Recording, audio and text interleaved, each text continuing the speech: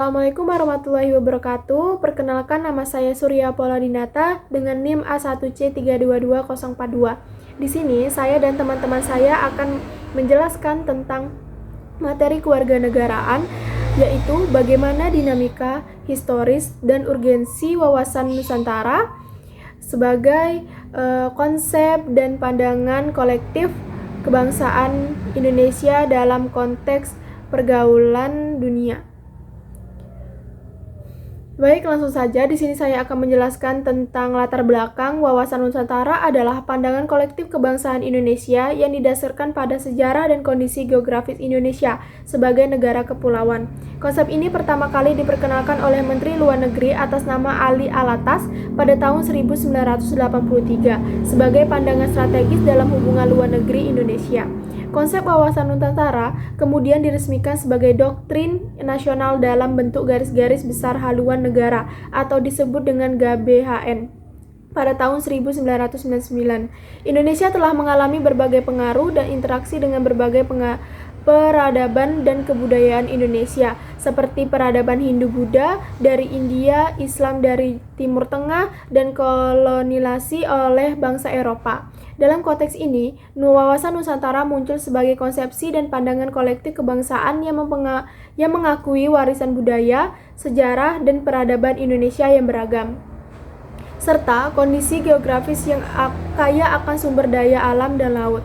Baik, materi selanjutnya akan dijelaskan oleh teman-teman saya. Menanyakan alasan mengapa diperlukannya wawasan Nusantara.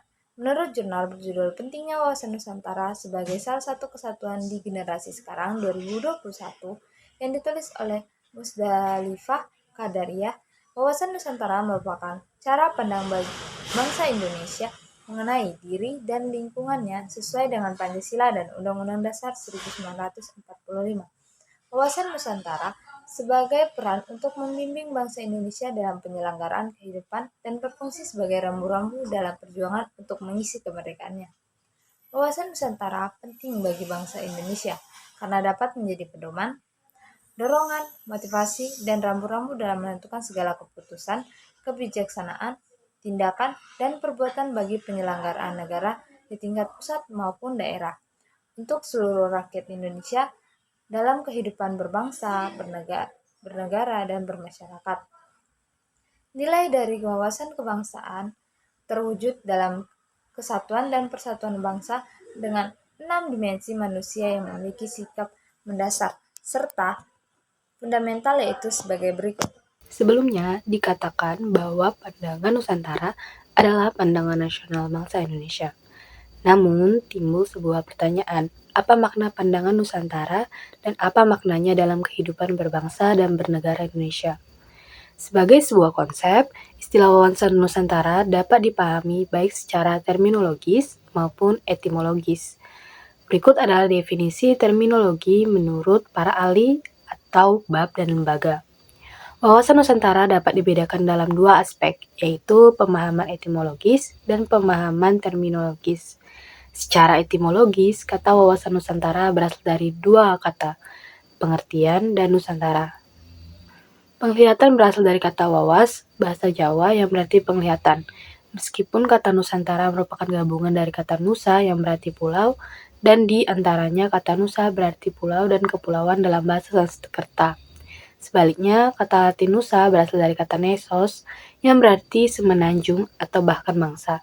Sehubungan dengan pernyataan tersebut, kata Nusa juga memiliki arti yang sama dengan kata bahasa Inggris nation, artinya bangsa.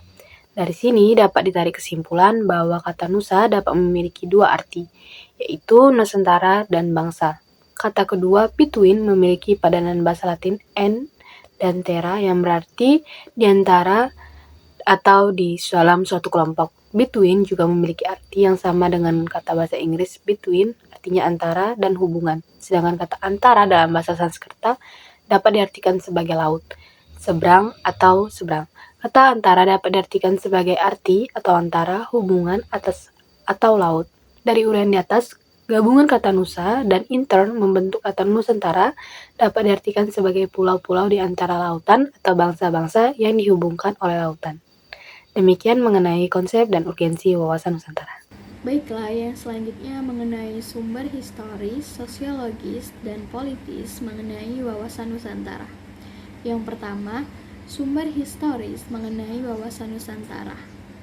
Sumber historis wawasan Nusantara ini berasal dari Deklarasi Juanda yang dikeluarkan oleh Perdana Menteri IRH Juanda Kartawijaya pada tahun 1957, di mana deklarasi ini menyatakan bahwa perairan di sekitar pulau-pulau Indonesia adalah bagian dari wilayah daratan negara dan perairan pedalaman yang berada di bawah kedaulatan negara.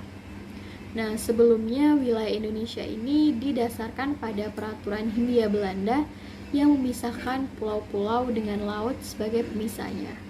Namun, dengan seiring berjalannya waktu, konsep wawasan Nusantara ini semakin diperkuat dengan dimasukkannya ke dalam pasal 25A Undang-Undang Dasar NRI tahun 1945 dan pembentukan Undang-Undang tentang Perairan Indonesia. Wawasan Nusantara. Wawasan Nusantara ini juga didasarkan oleh kondisi sosial budaya masyarakat Indonesia. Nah, sebelum adanya deklarasi Juanda, bangsa Indonesia ini kan masih terpecah-pecah dan mudah dibagi-bagi oleh politik Belanda. Namun, tumbuhlah konsep semangat dan kebangsaan dalam diri bangsa melalui peristiwa kebangkitan nasional, Sumpah Pemuda, dan proklamasi kemerdekaan. Nah, dengan tumbuhnya semangat dan kesatuan bangsa Indonesia ini, maka tumbuhlah wawasan Nusantara yang mencakup pandangan akan persatuan politik, ekonomi, sosial budaya, dan pertahanan keamanan. 3. Sumber politis wawasan Nusantara. Nah, wawasan Nusantara ini sangat penting secara politis untuk mempertahankan kesatuan dan pengembangan wilayah Indonesia. Kepentingan nasional tersebut merupakan dasar atau tujuan dari cita-cita dan visi nasional Indonesia. Nah, konsepsi politik kenegaraan wawasan Nusantara ini diatur dalam GBHN dan kemudian dimasukkan ke dalam pasal 25A UUD Negara Republik Indonesia 1945.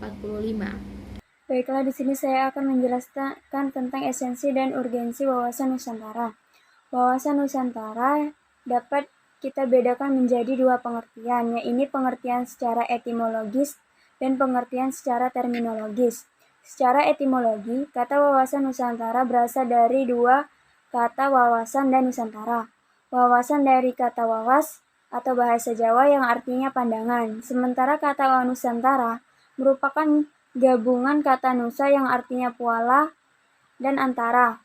Kata Nusa dalam bahasa Sanskerta berarti pulau atau kepulauan. Sedangkan dalam bahasa Latin, kata Nusa berasal dari kata nous yang dapat berarti semenanjung, bahkan suatu bangsa. Menunjukkan pada pernyataan tersebut, maka kata Nusa juga mempunyai kesamaan arti dengan kata nation dalam bahasa Inggris yang berarti bangsa.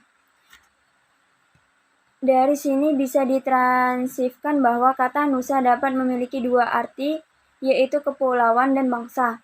Kata keduanya itu antara memiliki pandangan dan bahasa Latin, dan terra yang berarti antara atau dalam suatu kelompok Sanskerta.